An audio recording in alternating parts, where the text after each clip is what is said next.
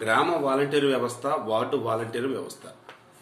ఈ పేరు వినగానే మనందరికి గుర్తుకొచ్చేది కూడా ఆంధ్రప్రదేశ్ ప్రభుత్వం ఎంతో ప్రతిష్టాత్మకంగా తీసుకొని ఒక గడువు అన్నది కూడా పెట్టుకొని ఆ గడువులోపే వ్యవస్థను అంతా ఫుల్ ప్లెడ్జ్డ్గా సెటప్ చేసుకుని ఆ తర్వాత కార్యరంగంలోకి వెళ్ళిపోయారు.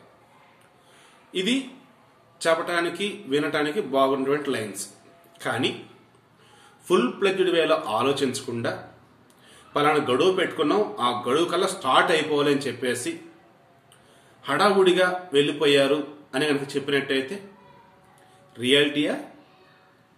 మేబీ అలాగే ఈరోజు అనిపిస్తూ ఉంది. ఎందుకంటే కొంతమంది ఈ గ్రామ వార్డు వాలంటీర్లకి ఈ వాలంటీర్ ఉద్యోగం అన్నది లేదంటే పని అన్నది 3 నాళ్ళ ముచ్చటేనేమో అన్నటువంటి సందేహం ఇప్పుడు వ్యక్తమవుతోంది. సందేహం కూడా కాదులేండి, క్లారిటీయే, నిజమే, 3 నెలల ముచ్చటే వాళ్ళకి.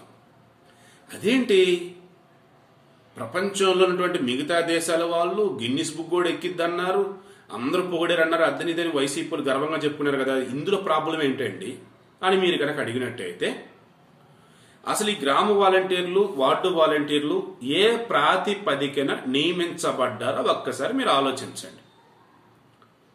ఏదన్నా హైయర్ ఎడ్యుకేషన్ బ్యాక్గ్రౌండా? కాదు. సార్ చదువు మాట్లాడే ముందు అసలు వీళ్ళు చేసే పని ఏంటి? వైసీపీ ప్రభుత్వం నవరత్నాలు అని చెప్పేసి ఎన్నికల మేనిఫెస్టోలో పెట్టిన దాని తాలూకు ఆ నవరత్న ఫలాలు అందరికీ అందించడానికి అనుగుణంగా 50 ఇళ్లకు ఒక వాలంటీరు, విలేజ్లో అయితేనేమో గ్రామ వాలంటీరు, పట్టణాల్లో సిటీల్లో కనుక ఏంటంటే వార్డు వాలంటీరు ఇలా పెట్టారు. తర్వాత ఏ క్వాలిఫికేషన్ తీసుకున్నారు వీళ్ళలో? కొన్ని చోట్ల 10th, కొన్ని చోట్ల ఇంటర్మీడియట్ తీసుకున్నారు. ఇందులో 10th క్లాస్ అయిపోయిన వాళ్ళు ఏ ఏజ్లో ఉంటారు? 15, 16, 16 వేసుకోండి. 16 సంవత్సరాలకి ఉద్యోగం ఇవ్వచ్చా? లేదు కదా, మినిమం 18 ఉండాలి కదా. అయితే ఈ వార్డు వాలంటీర్లో, గ్రామ వాలంటీర్లో కొన్ని చోట్ల 18 సంవత్సరాల బిలో ఉన్న వాళ్ళు ఉన్నారని ఈ మధ్య కొన్ని లెక్కలు బయటకు వస్తూ ఉన్నాయి. తర్వాత వార్డు వాలంటీర్లైనా గ్రామ వాలంటీర్లైనా మెయిన్ వాళ్ళు వర్క్ ఏంటి? వర్క్ ఆఫ్ నేచర్ ఏంటి? ఇంటింటికి వెళ్ళాలి, వాళ్ళకి మంచి ఎలా ఉంది, లేదంటే ప్రభుత్వ పథకాలు సరిగా అందుతున్నాయా లేదా, తర్వాత వీలైతే వాళ్ళకి మెయిన్ అందిస్తానని రేషన్ సరుకులు ఇంటికి తీసుకెళ్ళిస్తాను అన్నారు. ఈ వేలో కొంచెం ఎఫిషియన్సీ అన్న వేలో ఉండాలా, అట్ ది సేమ్ టైం ఎనర్జెటిక్గా ఉండాలా, అన్నిటికి సంబంధించేసి మనుషులు 35 బిలో కనుకుంటే బాగుంటుంది అన్న వేలో చెప్పుకోవచ్చు మనం. అయితే ఇప్పుడు లెక్కలు తీస్తే చూస్తే రీసెంట్గా CFMS ఈ సిస్టమ్ ద్వారా అఫీషియల్ వేలో జీతాలను పడుతూ ఉంటాయి. అయితే 35 సంవత్సరాలు పైబడిన వాళ్ళకి, 10 సంవత్సరాలు బిలో ఉన్న వాళ్ళకి జీతాలు రావట్లా కొద్ది నెలల బట్టి. ఏంటి విషయం అంటే ఈ గ్రామ వాలంటీర్ వ్యవస్థ, గ్రామ వాలంటీర్ సచివాలయం, తర్వాత వార్డు వాలంటీర్ సచివాలయం వీటికి సంబంధించేసి ఎవరైతే డైరెక్టర్ అండ్ కమిషనర్గా ఉంటూ ఉన్నారో GS నవీన్ కుమార్, ఆయన క్లారిటీ ఇచ్చింది ఏంటయ్యి అంటే 35 సంవత్సరాల పైబడి ఉన్నటువంటి గ్రామ వాలంటీర్ అయినా వార్డు వాలంటీర్ అయినా అందులో కొనసాగడానికి అనర్హులు. అండ్ 18 సంవత్సరాలు బిలో ఉన్నటువంటి వాళ్ళు ఈ గ్రామ వాలంటీర్గా, వార్డు వాలంటీర్ కొనసాగటానికి అనర్హులు.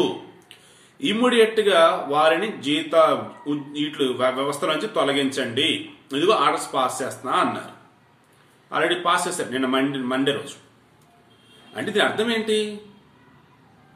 గ్రామ వాలంటీర్ వ్యవస్థ, వార్డు వాలంటీర్ వ్యవస్థ ఏదైతే ప్రతిష్టాత్మకంగా తీసుకున్నారో వీళ్ళు స్టార్టింగ్ లో అంత ఫుల్ ప్లెడ్జ్డ్ వేలో దీని మీద వాళ్ళు కాన్సన్ట్రేషన్ పెట్టలేదనో, లేదంటే రూల్స్ వైజ్ ఎక్కడో స్కిప్ అయ్యారన్న విషయం అర్థమవుతుంది. ఇది మీకు అర్థం కావాలంటే ఎక్కువగా, నాట్ ఓన్లీ ఎక్కువగా, ఓవరాల్ గా నియమించబడిన వాళ్ళు ఎవరు ఏంటని ఒకసారి మీరు లిస్ట్ అవుట్ తీయండి.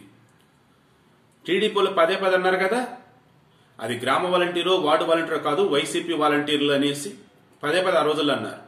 వాళ్ళు అన్నటువంటి కొద్ది రోజుల తర్వాత ఆమె బాగా గుర్తుంది నాకు, వైజాగ్లో విజయసాయి రెడ్డి ఏదో వాళ్ళ అఫీషియల్ మీటింగ్, లేదు అంటే అన్అఫీషియల్ మీటింగ్, ఏదో మీటింగ్, అందులో క్లియర్గా అన్నాడు గ్రామ వాలంటీర్లు, వార్డు వాలంటీర్లుగా ఇప్పుడు మనం తీసుకునే వాళ్ళలో 90% వైసీపీ కార్యకర్తలే ఉంటారు.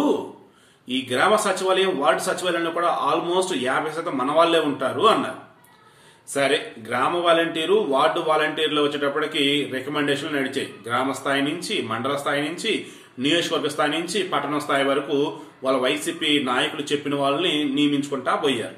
ఇదైతే నిజం. ఎందుకు? No written test, no interview, only certificate verification. లేదంటే అరే మనోడు చెప్పాడు నియమించంటే నియమించాలి. మీరు గుర్తుందో లేదో, ఎగ్జాక్ట్గా మహా అయితే 14 నెలలు 15 నెలలు అంతే. ఒక్కసారి మీరు వెనక్కి వెళ్ళండి. మాకు ఈ వాలంటీర్లు మా ఓడిని చేర్చుకోలేదు అని చెప్పేసి ఎంతమంది ఎన్ని చోట్ల గొడవ చేశారో ఒకసారి ఆ రోజుల్లోకి వెళ్ళండి. ఏది? వైసీపీ వాళ్ళే. పార్టీ కోసం ఎంత కష్టపడితే మాకు వాలంటీర్లు కూడా ఇవ్వడం మా వాళ్ళకి అని చెప్పేసి ఇంకొంతమంది ఇలా గొడవలు చేసిన సందర్భాలు ఉన్నాయి. ఏకంగా ఈ వైసీపీ లీడర్లు వెళ్ళి ఎవరైతే ఈ గ్రామ వాలంటీర్లు, వార్డు వాలంటీర్లని అఫీషియల్ వేలో నియమిస్తారో వాళ్ళ దగ్గరికి వెళ్ళి గొడవలు పడిన సందర్భాలు ఉన్నాయి. అంటే దీన్ని బట్టి మీకు క్లియర్గా అర్థమవుతుంది కదా. ఆ మూమెంట్లో ముందు నియమించేసేయండి రా బాబు, ఎందుకు లేనిపోయిన గొడవలు అని చెప్పేసి అనుకున్నారు. అలా నియమించేసేసారు. అలా రాజకీయ ఒత్తిళ్ల కారణంగా నియమించబడ్డ వాళ్ళే ఈ 18 సంవత్సరాలకి కిందున్న వాళ్ళు, 35 సంవత్సరాలకి పైనున్న వాళ్ళు. ఈ విషయంలో ఇన్నాళ్ళకి వైసీపీ ప్రభుత్వానికి జ్ఞానోదయమైంది అని చెప్పేసి చాలా మంది అంటూ ఉన్నారు. ఈవెన్ మీకైనా నాకైనా అదే అనిపిస్తుంది. ఎందుకంటే ఒక సిస్టమ్ అన్నది వీళ్ళు అనుకున్నారు, 18 సంవత్సరాలు కిందున్న వాళ్ళకి ఇవ్వకూడదు, 30 సంవత్సరాల పైన వాళ్ళకి ఇవ్వకూడదు అని. అలా అంత కరెక్ట్గా వీళ్ళు అనుకున్నప్పుడు మరి ఎక్కడిది గాడి తప్పింది అంటే రాజకీయ ఒత్తిడి వల్ల గాడి తప్పింది.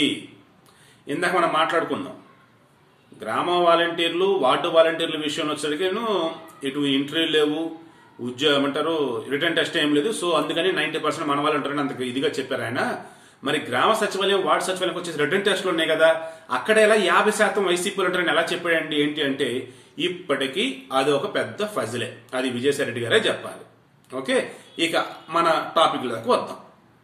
ఈ గ్రామ వాలంటీర్లు, వార్డు వాలంటీర్లో కొంతమంది గ్రామ సచివాలయ సిబ్బందిని, వార్డు సచివాలయ సిబ్బందిని ఓ రకంగా ఇబ్బంది పెడుతున్నారనేటువంటి వార్తలు వస్తున్నాయి కొన్ని చోట్ల.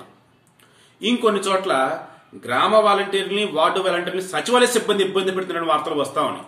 ఈ ఇబ్బంది అంటే ఎలాగా? సింపుల్. అక్కడికి వెళ్ళాలి, వాళ్ళు ఇన్ఫర్మేషన్ ఇస్తున్నారు, వెళ్ళి తీసుకురాపో. అది నా పని కాదు కదా, మీ పని కదా, మీరు కదా వెళ్ళాలి, నేను చెప్పా చేయి. ఇలా కొన్ని చోట్ల అంట. ఇంకొన్ని చోట్లేమో నేను లోకల్, నువ్వు ఎక్కడి నుంచి వచ్చాడు ఉద్యోగం చేస్తా ఉన్నావు, నేను చెప్పినట్టు చేయి అని చెప్పేసి చెప్తున్న వాళ్ళు ఉన్నారంట. ఇలా చెప్తున్న వాళ్ళలో మీరు అబ్జర్వ్ చేసేటట్టు 35 సంవత్సరాల పైబడిన వాళ్ళు ఎక్కువ మంది ఉంటారు. మీరు అంటారేమో 35 పైబడిన వాళ్ళు 10 సంవత్సరాల లోపల ఎంత ఉంటారులేండి, 10-20 మంది అని. అబ్బా, ఒక్కో జిల్లా వారికి తీస్తే 100లో తేలుతున్నారంట. మరి 13 జిల్లాలు, శ్రీకాకుళం, విజయనగరం, విశాఖపట్నం, తూర్పుగోదావరి, పశ్చిమ గోదావరి, కృష్ణా, గుంటూరు, ప్రకాశం, నెల్లూరు, అనంతపురం, చిత్తూరు, కడప, కర్నూలు, 13 జిల్లాలు. 13 జిల్లాల్లో ఓ జిల్లాకి వచ్చేందుకు 300 మంది వేసుకోండి. 1139, 3900 మంది. వేలలోకి వెళ్ళిందా లేదా? ఇది నేను జస్ట్ రఫ్గా చెప్పింది అంతే.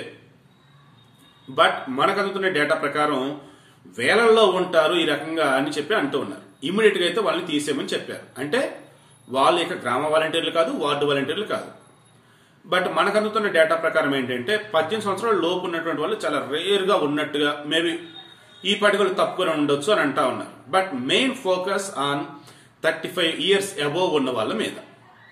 నిజంగానే 35 సంవత్సరాల పైబడి ఒక్క రోజు గనక ఉన్న మరుక్షణం ఉద్యోగం నుంచి తీసేస్తామని చెప్పారు. ఇదే వేలో ముందు గనక ఉన్నట్టయితే పాపం నిజంగానే వాలంటీర్లుగా చేయడానికి ఎంతమంది అప్లికేషన్ పెట్టుకున్నారు అప్పట్లో.